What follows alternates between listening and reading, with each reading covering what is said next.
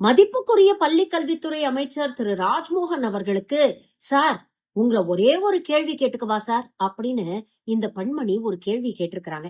என்ன கேட்டிருக்கிறாங்க பார்.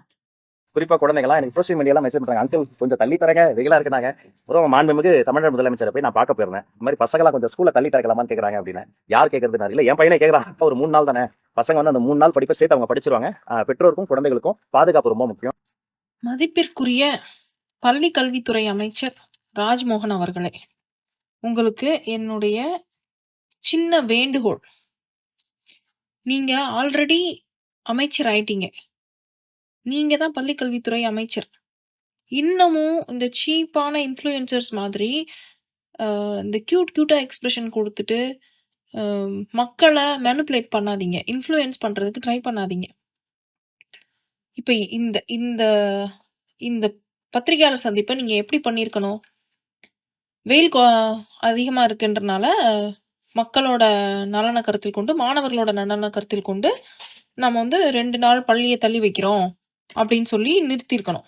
அதுதான் ஒரு அமைச்சருக்கு உண்டான ரெப்யூட்டட் பிரசன்டேஷன். ஆமாவா? ஒரு மாண்புமிகு அப்படின்னு சொல்றோம் இல்லையா, அது.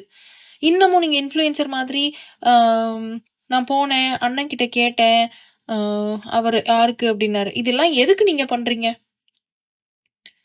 இப்போ நீங்க உண்மையிலே அவரை போய் சந்திச்சிருந்தீங்கன்னா, பத்திரிகையெல்லாம் சொல்லியிருக்காங்கல்ல, மாண்புமிகு அமைச்சர் பள்ளிக்கல்வித்துறை அமைச்சர் ராஜ்மோகன் அவர்கள் முதலமைச்சரை சந்தித்தல்னு சொல்லி தலையங்கமாவே வந்திருக்கும்ல. அப்படியெல்லாம் ஒண்ணும் வரலைல. சரி, பொய்யே சொன்னாலும் கொஞ்சம் பொருத்துற மாதிரி சொன்ன மாதிரி ஃபோன் பண்ணி கேட்டேன் அப்படின்னாவது நீங்க சொல்லியிருக்கலாம். அதுவும் சொல்லல. எதுக்கு இவ்ளோ ஃபேக் நரேட்டிவ் நீங்க செட் பண்ணணும்? இப்போ பாத்தீங்களா, உங்களுக்கு விஜய் மாமா தான் இது பண்ணி ஸ்கூல் எல்லாம் லேட்டா திறக்குறாங்க. 3 நாள் உங்களுக்கு எக்ஸ்ட்ரா லீவ் வந்திருக்கு. அதனால நீங்க வந்து அடுத்த தேர்தலையும் அவருக்கே ஓட்டு போட சொல்லணும். நீங்க இது வந்த பிறகும் 3 நாள் லீவ் விட்டதை நினைச்சு வச்சுக்கிட்டு அவருக்கே ஓட்டு போடணும் அப்படின்னு சொல்ல வரீங்களா? சாமி படத்துல விக்ரம் சொல்லுவார் இல்லையா, போலீஸ்காரனுக்குன்னு ஒரு கெத்து இருக்கணும் யானு. அந்த மாதிரி தான் அமைச்சருக்குன்னா ஒரு கெத்து இருக்கணும் சார். நீங்க அதை மெயின்டைன் பண்ணுங்க. இன்னமும் இந்த மாதிரி இன்னும் நீங்க யூடியூபர்னே நினைச்சிட்டு இருக்கிறீங்கன்னு நினைக்கிறேன். வேண்டாம், அந்த மாதிரி எல்லாம் நீங்க இன்ஃப்ளூயன்ஸ் பண்ணணும்னு இல்ல. நீங்க தான் எங்க பள்ளிக்கல்வித்துறை அமைச்சர்னு நாங்க ஏத்துக்கிட்டோம். அதுக்கான வேலைய துரிதமா பாருங்க.